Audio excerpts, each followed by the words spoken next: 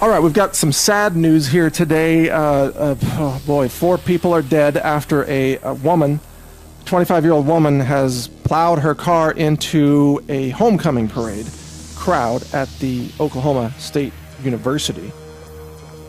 44 people have been wounded and sent to the hospital. The 4 dead include at least one child, a 2-year-old boy. This car just went full speed into the crowd.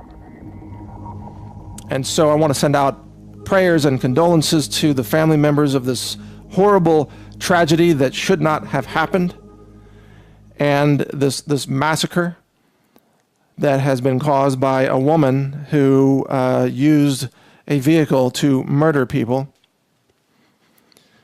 And now I want to ask the question beyond the sadness and beyond the prayers.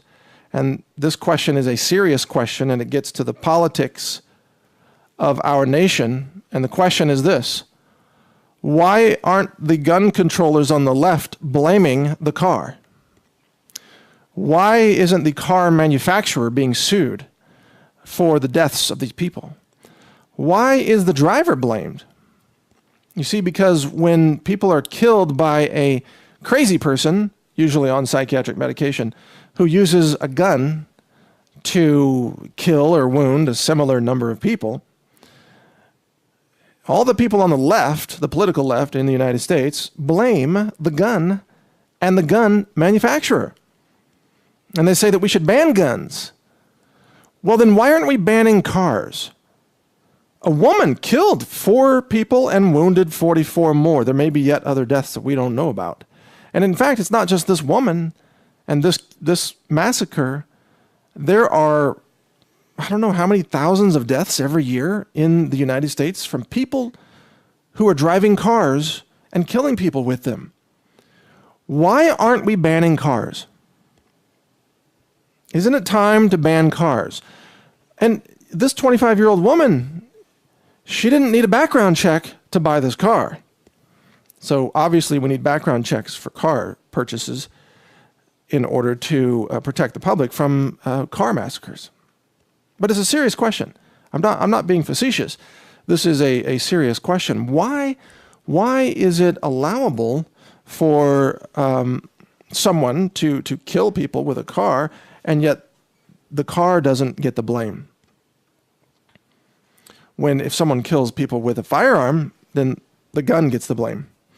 Now, I know some of you may be listening to this and you have an answer to this in your head, and your answer is this: well, cars are primarily designed to be used for transportation, not killing people.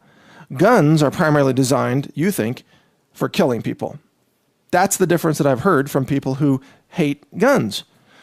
Well, I can tell you you're incredibly wrong on that point. Guns are never designed to kill people.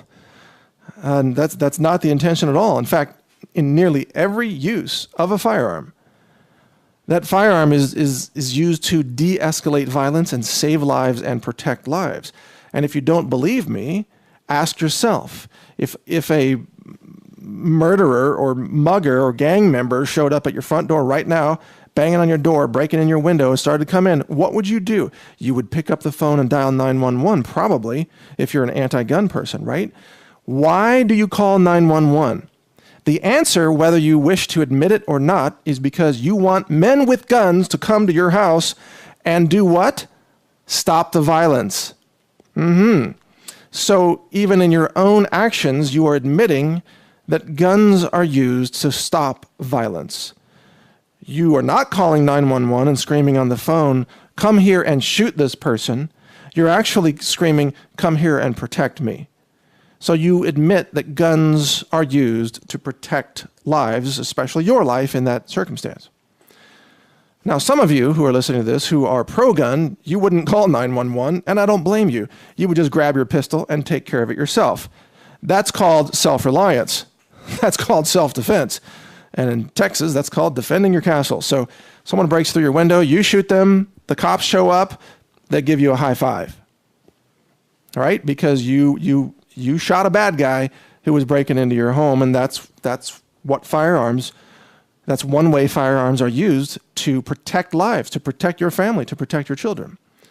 So guns are not designed to kill people, nor are they designed or intended to cause violence or cause harm. They are issued, in fact, to police departments all around the world by every government with the support of virtually every citizen for the purpose of defending lives, preventing violence, de-escalating violence. And if you don't believe me on this point that guns are used to de-escalate violence, then ask yourself, would you want the police in your city to be disarmed? If you are anti-gun, in other words, and you think nobody should have guns, does that include the police? If you answer honestly, your answer would be no. You want the police armed because you want them to use guns to defend life and prevent violence. Correct? Of course it's correct. Nobody who's anti-gun says we want the police to have no guns either. What are you going to do if the police have no guns? You're going to send them out into the streets with slingshots? Are they going to throw rocks? What are dart guns? What paintball guns? How are they going to de-escalate violence if they don't have the ability to threaten violence against the attackers? You see, guns are used to assert the right to invoke violence if someone doing something bad does not comply with the request to stop harming someone or threatening some innocent person. The mere presence of a gun is the presence of the threat of violence, but not the act of violence itself. This is why most guns are never used in violence. Most guns are used to prevent violence. So getting back to this car business in Oklahoma, this tragedy, all these people were killed and injured by this drunk driver, and yet we blame the driver and not the car.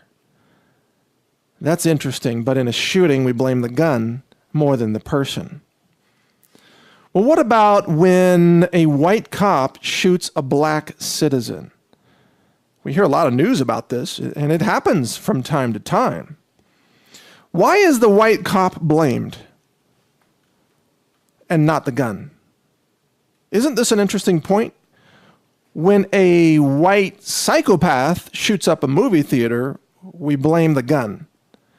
When a white police officer shoots a black person, we blame the police officer, not the gun. Why is that? The answer is because it has to be made into a hate crime, and no one will believe you if you say that guns hate black people. So you have to attribute it to the police officer and say the white cop hates the black person, and that's why he shot them. It just wouldn't make any sense to say guns only shoot black people and not white people. And no one would believe that. It's just too ludicrous even for leftists to believe, although they'll believe almost anything. So you see, who gets blamed is all based on politics and not reality. A woman uses a tool, that is a car, drives into a crowd, kills a bunch of people. They blame the woman. A young man uses a gun to shoot up a theater. They blame the gun. A police officer with a gun uses the gun to kill a black person. They blame the cop. They blame hatred. They blame racism. So you see, there's no consistency across any of this. So let me lay it out for you what the real consistency is, in case you're curious. Guns and cars and hammers and other objects, they're all tools. They're all tools that can be used for good or evil. They can be used to save lives, or they can be used to destroy lives. What matters is the intent of the person that's controlling the tool. It is their intent that determines the outcome, that determines how these are used. In the case of a mass shooter, it's the person whose mind is altered by the psychiatric drugs who decides to pull the trigger when the tool that he has purchased is aimed at someone, and thus he destroys their life on purpose. In the case of the car and the driver, it is the lack of good judgment by the driver that gets into the car, perhaps drunk or perhaps medicated, who drives that car into a crowd perhaps on purpose or maybe inadvertently, depending on the circumstances. But it is the person who directed the car. The car did not seek out the crowd. This is not a Stephen King novel come to life. The car isn't killing people. In the case of the cop, circumstances vary. Sure, there is some racism in police departments across the country, but by and large, cops do a very difficult job. And they're asked to do the impossible, which is to de-escalate violence in a society that is increasingly insane and medicated, and people hopped up on drugs all the time and out of control. And cops overall do a pretty darn good job. From time to time, they make mistakes. Maybe some of those mistakes are race-based, but I think by and large they are not. By and large, most cops are trying to just get home alive, do their jobs, not cause violence, and not get killed in the process. I know there are exceptions to that. There are some bad apples in the police. They do exist, but they're not the majority. So think about this. Anytime someone talks to you about gun control, ask them about car control or medication control. The reasons that you're given behind all of these things vary based on the politics of the person who wants you to believe their agenda rather than the reality of what's actually happening. And I want you to think about this from the point of view of reality. Thanks for listening. This is Mike Adams, the Health Ranger.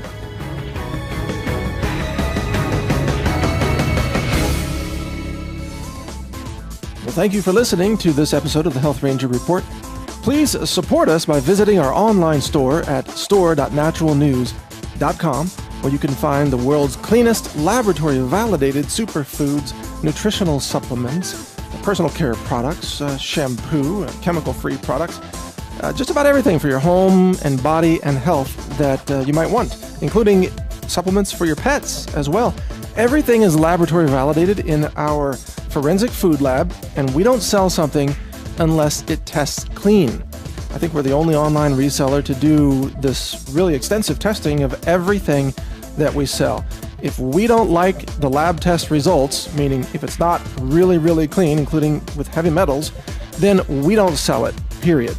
We have free shipping on orders over $99 and a satisfaction guarantee on everything that we offer. So check us out now at store.naturalnews.com, and thank you for your support.